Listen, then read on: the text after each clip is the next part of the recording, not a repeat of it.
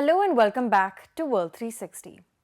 You may have read that over the past week, tensions between the US and China have escalated amid reports that US House Speaker Nancy Pelosi, the third most powerful politician in the US, had plans to visit Taiwan on her tour of the Indo-Pacific region. Chinese President Xi Jinping had warned US President Joe Biden not to play with fire, and in a show of strong military force on Monday, China celebrated the 95th founding anniversary of its army, the People's Liberation Army, or the PLA. Now, the PLA has also been conducting military exercises off the coast of Taiwan over the past couple of days.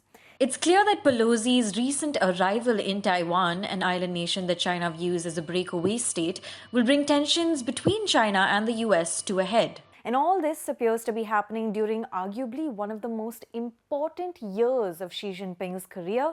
Not only has Xi completed 10 years in power this year, but he is also expected to be re-elected for an unprecedented third term in November when the CCP's 20th National Congress takes place. The stakes are clearly higher this year. And it's probably no surprise that Xi is encouraging more global outreach to Chinese people abroad, and especially in states like Taiwan. On Sunday, in a speech, Xi stressed the need to win the hearts and minds of people in Hong Kong, Macao, and Taiwan, as well as overseas Chinese.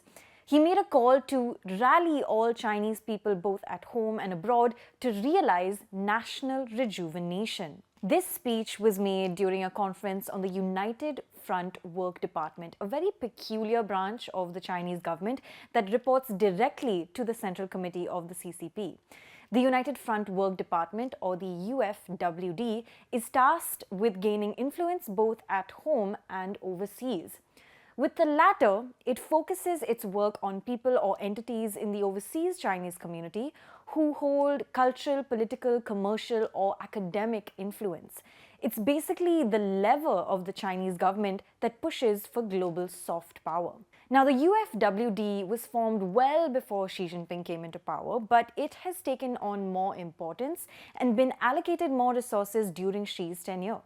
A 2017 Financial Times investigation into UFWD activities in other countries found attempts to charm, co-opt, or attack well-defined groups and individuals abroad. Now, under Xi, the UFWD gained two new bureaus, one which seeks to garner support from China's new middle class, and the other to suppress separatism in Xinjiang, which is home to ethnic Uyghur and other minorities. The US government report issued by an agency called the US-China Economic and Security Review Commission offers a detailed graphic of the different organs under the UFWD. Today, we are seeing how China's tools of soft power are being looked at with more and more suspicion. Just recently, Rishi Sunak, who is in the race to become UK PM, promised to shut down Confucius centers in the UK in a bid to counter China.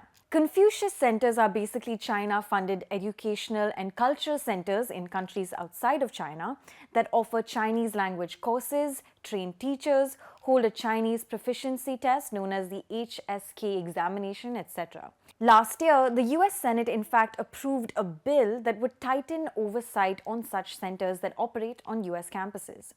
Confucius Institutes are funded by a CCP department that is formally affiliated with the UFWD. There are approximately 500 institutes in 142 countries across the world as of late 2017.